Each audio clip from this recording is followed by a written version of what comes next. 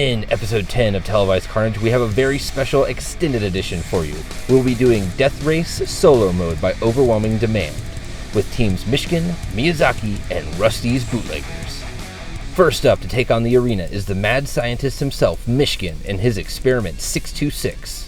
Designed specifically for this race, he has outfitted it with machine guns on the front and sides to take out arena turrets. Grenades and Molotov cocktails will help to generate audience votes, and the experimental nuclear engine and tank tracks will help to upgrade this bus to a max gear of 4 and a handling of 3. Mobile Mechanic will be used to regain lost hull points throughout the match, and the Gyroscope perk has upgraded this vehicle to Handbrake Artist for this match. The only question now is it enough to take out the arena? We have done Death Race Solo Mode before on the channel, so I will not describe all the rules, but a full link in the description to the Overdrive magazine will give you full details on how to run this yourself. Just like a normal death race, vehicles will have to pass through several gates in order. They will proceed through one before continuing on to the next. These 6 turrets will be employed by the arena to try to stop the racers as they make their way through. There are also heavyweight volatile barriers located on each gate, but luckily they can be dropped via the gate trigger before passing through it. With deployment complete, let's begin with Turn 1 Gear Phase 1. As Experiment 626 moves forward, he takes fire from 2 of the arena's turrets, receiving 5 hull points of damage before completely annihilating one of the 2 turrets. Fast forward to Turn 1 Gear Phase 3, Experiment 626 receives fire yet again from an arena turret. On his way here, he healed for 2 points via Mobile Mechanic before taking 3 from this turret. Returning fire, he completely annihilates this one as well. In Gear Phase 4, Experiment 626 wipes out and spins into an unfortunate direction, smashing into part of the arena. Taking advantage of this, the arena turret fires on 626, resulting in 5 hull points of damage before he Mobile Mechanics back for 1. In Turn 2 Gear Phase 2, Experiment 626 is moving forward again, taking fire from one of the arena's turrets. He had healed himself for 1 before taking 3 from the turret, and then healing himself again. This mobile claymore seems to destroy everything he touches as he takes out another arena turret. In Gear Phase 4, 626 drops Gate 2's barrier before we continue on to Turn 3 Gear Phase 3 where the action continues.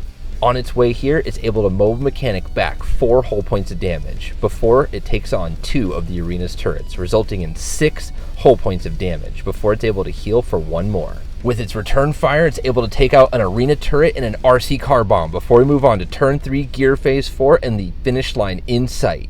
As 626 moves forward, he smashes into the heavyweight volatile barrier guarding the finish line, resulting in 2 hull points of damage. This also causes the barrier to explode and results in 3 more hull points of damage and takes 626 out of this run, and Michigan's chance for victory. I have to give victory for run number 1 to the arena. Up next against the arena is the Daring Drifters from Tokyo and Resistance supporters, Team Miyazaki, and their performance car, Shadow. It's time to see if speed can take out this arena. A turret-mounted machine gun is going to take out arena defenses, while armor plating is going to keep it alive. Its real power is going to lie with its perk upgrades, Power Slide, Expertise, Trick Driving, Restraint, Stunt Driver, and Moment of Glory. With Shadow lined up, it's time to move on to Miyazaki's run in Turn 1 Gear Phase 1. As Shadow moves forward, he takes fire from one of the arena's turrets, resulting in 5 hull points of damage before returning fire itself. In Gear Phase 2, that same pesky turret shoots Shadow from behind, resulting in 2 more hull points of damage before Shadow returns fire. In Gear Phase 3, Shadow is able to use Power Slide to its advantage, advancing through the course before receiving 2 hull points of damage from another turret. After returning fire with his machine gun, Shadow is able to drop Gate 2's barrier via the gate trigger before we fast forward to Turn 2 Gear Phase 3.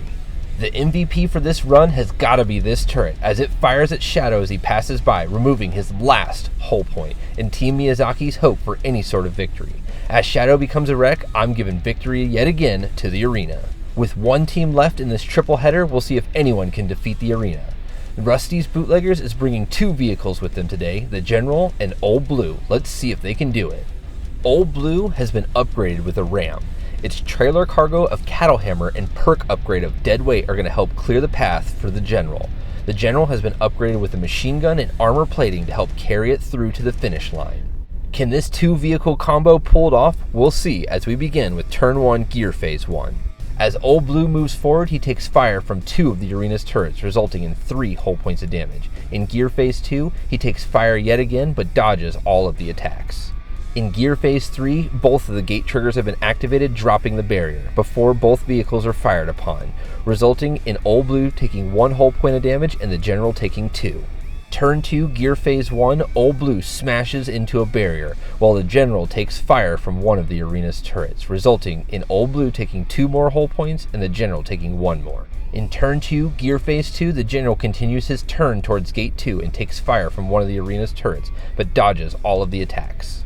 In Turn 3, Gear Phase 1, the General drops Gate 2's barrier before slowing up to wait for Old Blue to catch up.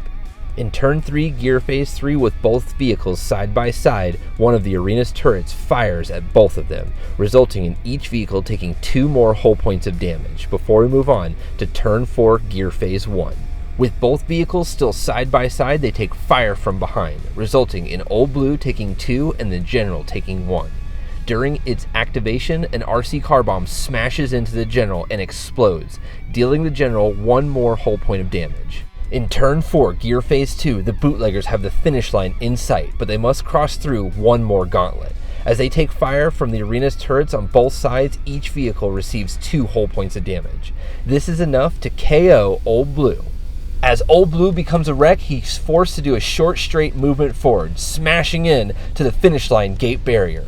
As he becomes a pile of twisted metal, his sacrifice did not go unwarranted, as it opens the gate and allows the General to drive through unmolested. This is going to give victory to Rusty's bootleggers and making them the only team to defeat the arena. Congratulations, bootleggers, on your outstanding victory and being the only team to defeat the arena. Your 2-vehicle build showed that a little bit of teamwork went a long way when taking on this tough challenge. Well, that's it for episode 10 of Televised Carnage and this very special extended edition solo death race. These games were a great way to hone my skills as I'm unable to game with others. Remember that the rules for solo death race will be located in the Overdrive magazine and can be found in the link below.